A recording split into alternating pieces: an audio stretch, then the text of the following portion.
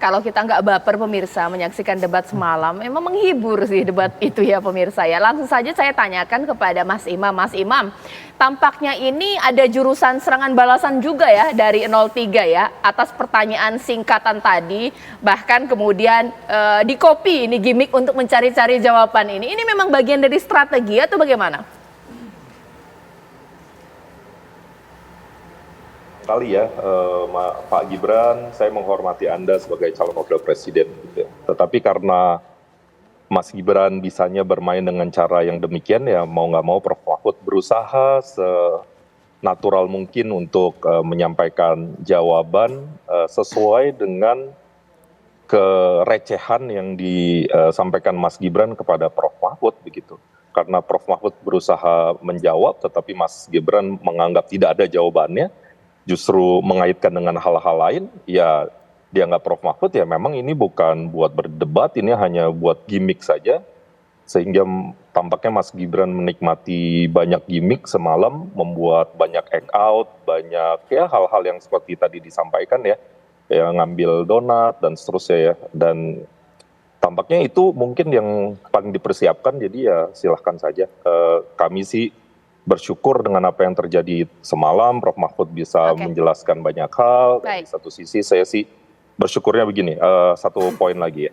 Di public speaking itu konten seringkali punya punya dampak minor terhadap pemirsanya. Tetapi gesture, bahasa tubuh itu yang akan tertinggal. Jadi saya justru prihatin ya, saya khawatir justru ini akan menggerus kepercayaan publik kepada Mas Gibran. Oke, sekarang saya ke Mas Indra. Alih-alih menjawab pertanyaan soal tadi lithium ferrofosfat diberikan serangan balik juga. Ini level SD, SMP atau bagaimana? Bukan tebak-tebakan. Ini bagian dari strategi mengantisipasi singkatan? Jangan-jangan ijazah kita palsu semua gitu kan? Ya itulah gayanya Caimin yang kembali menjadi tukang selepet.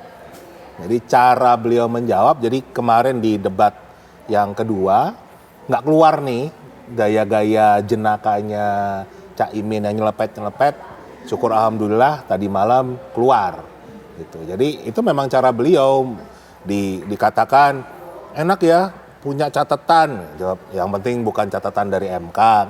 Itu cara beliau, jadi dengan cara yang jenaka tapi nyelepet kan gitu. Yang saya takut itu sebetulnya ini hari apa ya? Senin. Besok Selasa, besok ada acara nangis-nangis di medsos nggak? Ini yang saya takut. Karena waktu yang debat ketiga tiba-tiba dua hari setelah debat ada gerakan nangis bersama. Kalau kalah kan, ini kalau kita lihat dari drone emprit, kan sentimen negatif paling besar itu adalah 02. Yang sentimen positif paling besar adalah 01. Jadi secara itu kita bisa lihat memang kemenangan ada di 01. Kita karena kembali lagi Caimin menjadi orang yang tukang nyelepet dan ini menarik ya. Kami itu pendukung 01. Kalau memang paslon kami performanya buruk, itu nggak berusaha kami tutup-tutupi, wah kami mengatakan wah ini hoax itu kejam ini, enggak. Justru malah kami bully sendiri. Kemarin itu Caimin itu sampai kita wanti-wanti, ayo Caimin harus belajar ya. Kalau nanti performanya jelek, mau kita culik, kita bawa ke Rengas Dengklok, baru nanti keluar pas coblosan tanggal 14. Jadi biar Mas Anies aja yang ngomong. Jadi sampai begitu tuh. Nah, sekarang saya ke Mbak Putri. Tampaknya kalau debat yang kemarin, yang pertama cawapres itu tidak ada serangan balasan ya. Ini tapi ternyata mereka punya strategi, malah diserang balik ini Gibran seperti apa? Ya, namanya strategi debat itu kan masing-masing paslon pasti punya ya. Bahkan kalau kita mau fair-fairan, Caimin kan juga kemarin nanyain soal bioregional. Yang saya yakin dari sekian banyak pemirsa yang nonton semalam, berapa persen sih yang tahu bioregional itu apa. Tapi kan Mas Gibran di situ dengan siap menjawab. Loh itu kan sah-sah saja strategi yang dilakukan oleh Caimin.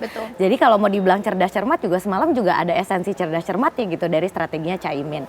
Terus kalau misalnya dibalas dengan gestur-gestur tertentu oleh 01 dan 03, ya menurut saya itu adalah bagian dari political show yang kita lihat semalam di debat gitu. Karena topik yang begitu berat ini yang ditonton dari semua elemen masyarakat, mungkin yang dari pendidikan tinggi sampai dengan pendidikan yang hanya SD, itu kan perlu dimengerti juga. Makanya saya sangat mengapresiasi gitu semalam ada pembahasan-pembahasan tentang masyarakat adat yang lebih spesifik gitu. Misalnya penciptaan lapangan kerja, Mas Gibran sempat menyinggung soal 5 juta lapangan pekerjaan yang akan muncul karena transisi energi ini misalnya, dan ini menjawab pertanyaan dari anak-anak muda yang nanti akan merasakan dampak paling besar dari semua kebijakan yang ada di pemerintah pada hari ini ya, generasi saya sama generasinya Mas Gibran gitu. Makanya di akhir Mas Gibran menyampaikan terima kasih Pak Prabowo udah jadi satu-satunya orang yang memberikan kita kesempatan untuk tidak hanya menjadi segmentasi pemilih tapi jadi subjek politik juga gitu. Mas Nyarwi, jawaban balasan dari paslon 1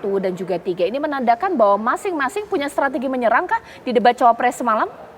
Ya begini Caca, dalam debat itu kan selalu formulanya itu ya, masing-masing peserta debat itu kan memungkinkan untuk melakukan 3 hal.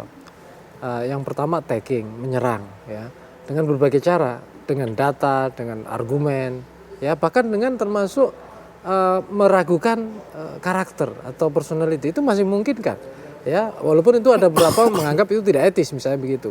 Nah yang kedua itu claiming. Jadi makanya beberapa kan kalau kita lihat contoh Pak Mahfud itu kan menceritakan ketika saya, nah itu kan claiming ya, pengalaman. Ya, kemarin kita lihat debat capres gitu, Pak Anies juga sering kan mengatakan ketika memimpin seperti itu tuh claiming ya, apa prestasinya dan seterusnya. Nah yang ketiga ini defending. Nah seringkali yang tidak siap ini yang defending ini. Kenapa?